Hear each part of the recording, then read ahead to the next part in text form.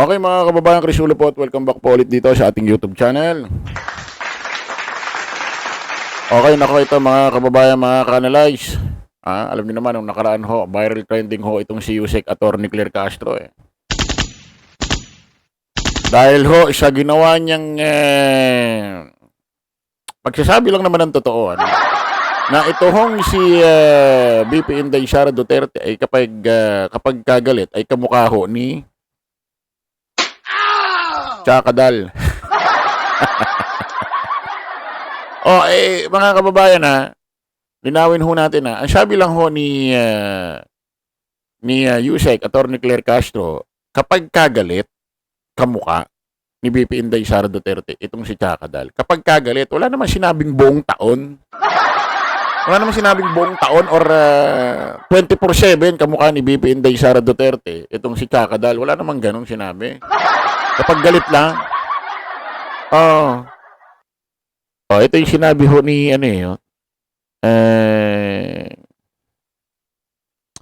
Yusek Claire. Watch muna natin.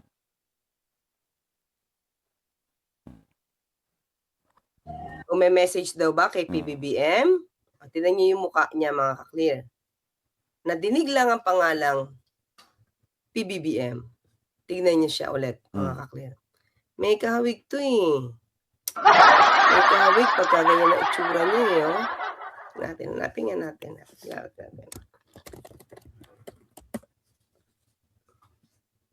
Wait. Pag galit na galit eh. Ayoko na ipakita. Pinakita ko na sa inyo dati ito eh. Okay, sandali lang ha. Pag galit na galit kasi siya pag nagme-meltdown siya. Iba itsura niya eh. Diba? Tingnan natin. Okay, wait lang. Hanap lang ako.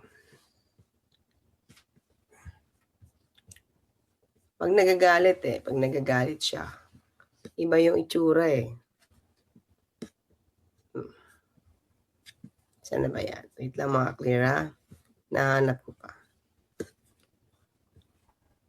Kasi magalit siya eh. Mag-iba ulit yung itsura niya. Wait lang ha. Tingnan niyo yung itsura niya dito ha. Parang ganito eh. Share ko lang. Diba? Nagsasalubong ang kilay eh. Yun o.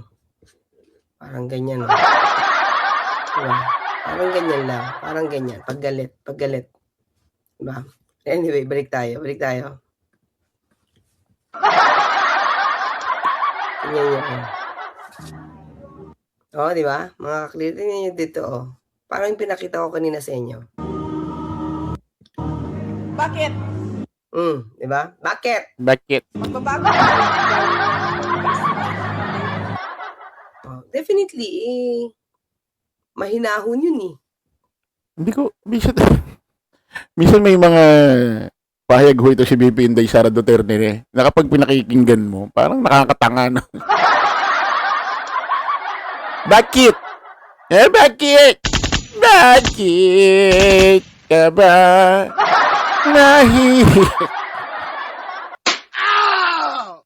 Naalala ko tuloy yung pupunta ako sa libengan ng mga bayani. Ang ko ang bangkay ng tatay mo. Ihagis ko sa West Philippines sigurado kayo? Talagang gagawin yung presidente to? Mag-unis tilikit ba taas-taas yung posisyon na yan? Ay, Jesus Maria Joseph Santissima. Minsan, hindi ko makuha yung punto na yun. Bakit? Kapag binati ko ba siya ng Merry Christmas, magbabago ba ang kanyang ugali? Kailan ba saan mo ba natutunang eskwelahan na kapag binati mo ng Merry Christmas ang isang tao, yung pagbati na yun, nakakapagpabago ng ugali? Wala namang ganun tanga. Yeah. At 100%, yung mga tao ngayon sa Pilipinas, masama, pangit man ang ugali, mabuti man o hindi, sigurado nababati sila ng Merry Christmas.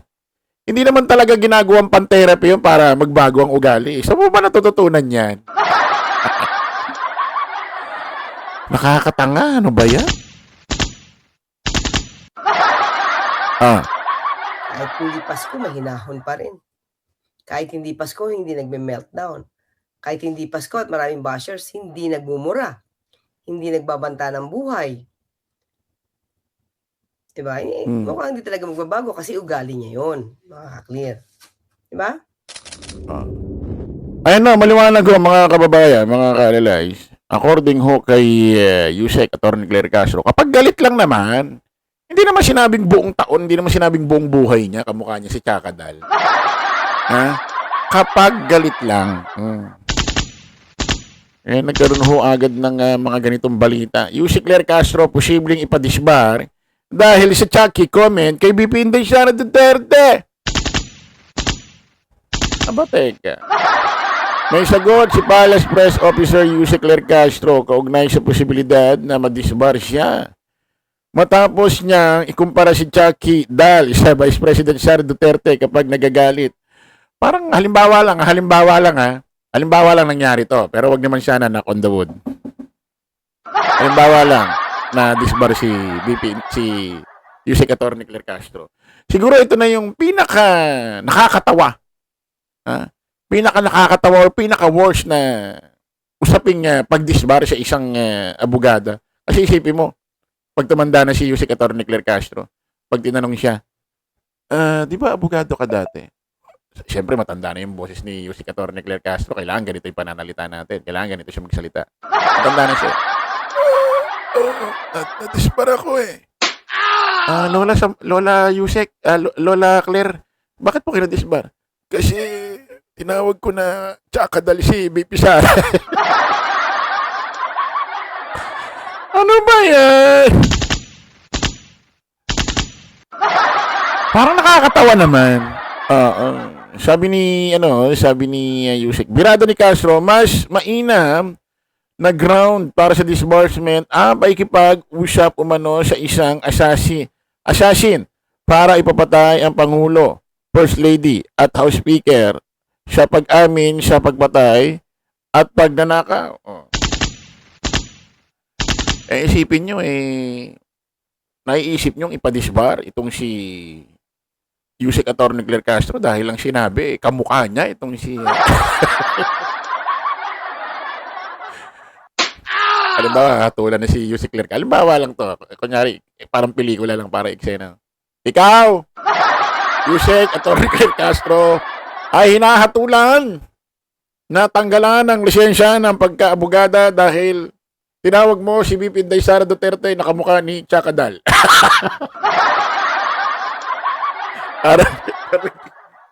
Parang hindi mo malaman kung hindi mo malaman kung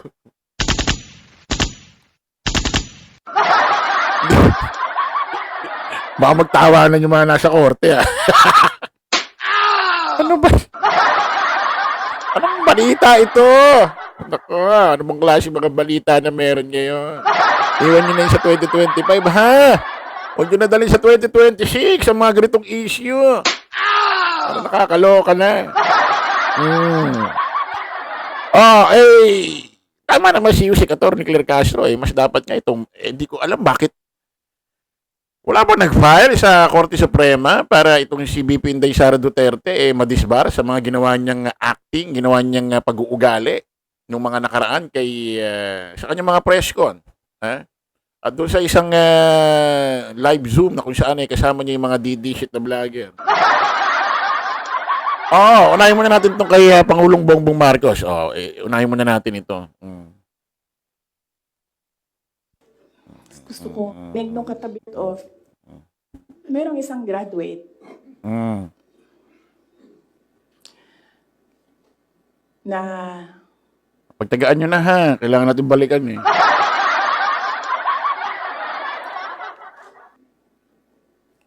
alam nyo, para sa akin, there was some sort of inappropriateness sa ginawa ng bata. Pero bata ito So ikaw din, meron ka din dapat sana sigurong pag-intindi. Sandali muna. Graduate? Isang kadete sa PMA, bata? Ano pinagsasabi mo? Hanggang ngayon, hindi mo pa alam ang edad ng bata, Ma'am Vice President Inday Sara Duterte. Ang kinukwento niyo ho kasi rito, may isang kadete na graduate sa PMA diyan sa Baguio, nag-host si Pangulong Bongbong Marcos. Eh, bata raw sa kanya yun. Sasgi atay. Ay. Pag sinabing bata, bata! Hindi ka ba nakita ng bata? Ano ba? Kung saan nanggagaling yung bata. And yung reaction mo, yung response mo, should be so that the child will learn a lesson. So meron isang graduate.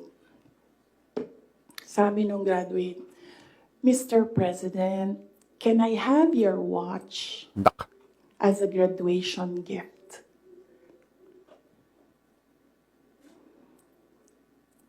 And narinig ko, tabi ako, di ba? Narinig nung katabi ko. Narinig nung katabi ng katabi ko. Teka, linawin muna natin, Ma'am BP. Ma'am BP, hindi porkit si Pangulong Bongbong hindi niya binigyan relo niya sa kadete, ibig sabihin wala ka nang kinuwang pera sa OBP at DepEd, ha? Ibang istorya yan, ha?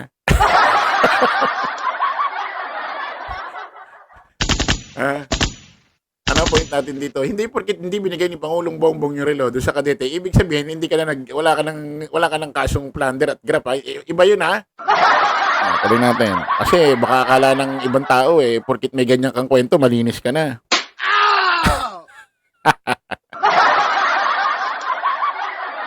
Ay, ako, mga follower mong tangalan talaga ano mo. Paikot mo, ma'am. But apparently, this guy, Mm, di niya alam kung ano isasagot niya. okay. So, ang ginawa niya, pinaulit niya sa bata. What did you say? Yun ang kwento niya, ha? Di ata alam kung totoo. So this time, syempre bata, hindi niya alam ba saan yung inulit ng bata, louder this time. Mr. President, can I have your watch as a graduation gift? Nasagot niya. Why? Why will I give you my watch? At that point, may sakit na ako. Wasn't feeling very well. Nandun lang ako, nakakatayo ako doon kasi may gamot ako. Gusto ko, tanggalin yung ulo niya ba?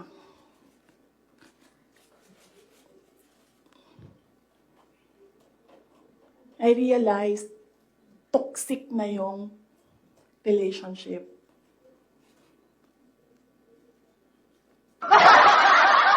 And it did not help na itong dalawang katabi ko, tumawa pa.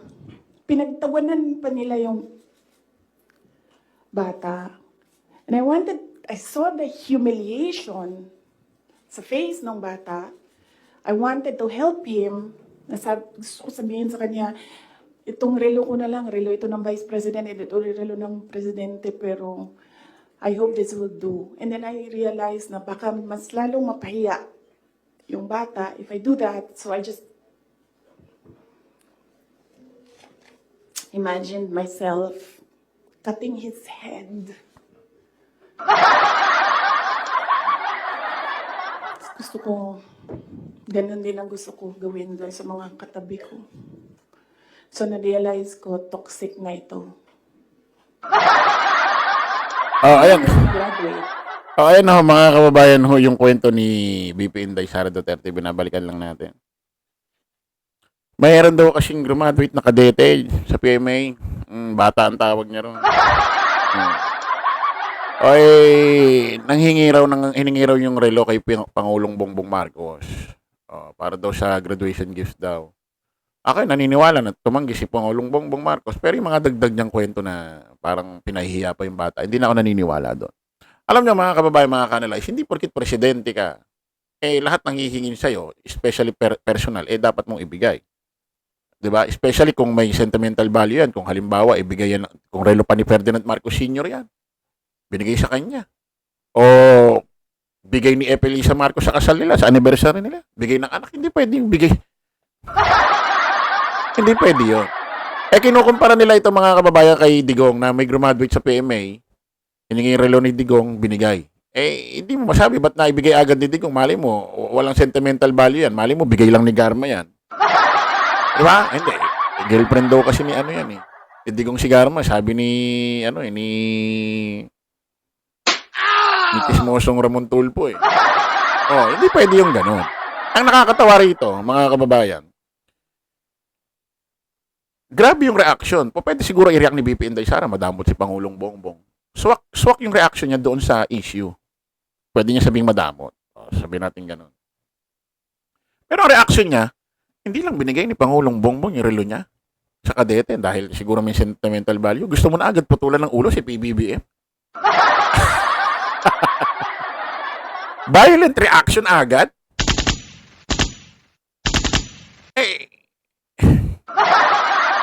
Parang hindi normal, ano?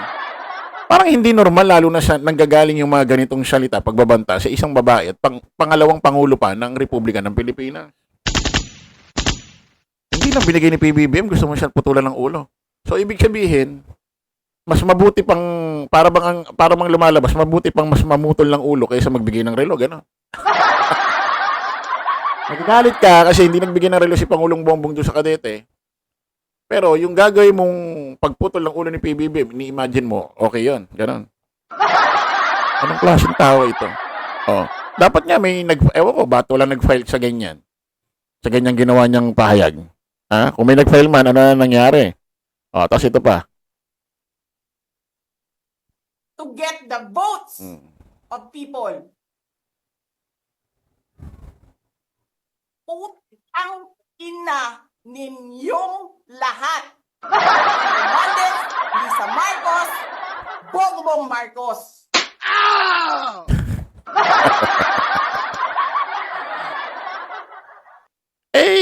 Ito yung mga talagang talagang masasabi natin talagang legit na dapat may mag-file sa Korte Suprema para ma-disbar itong babaeng ito.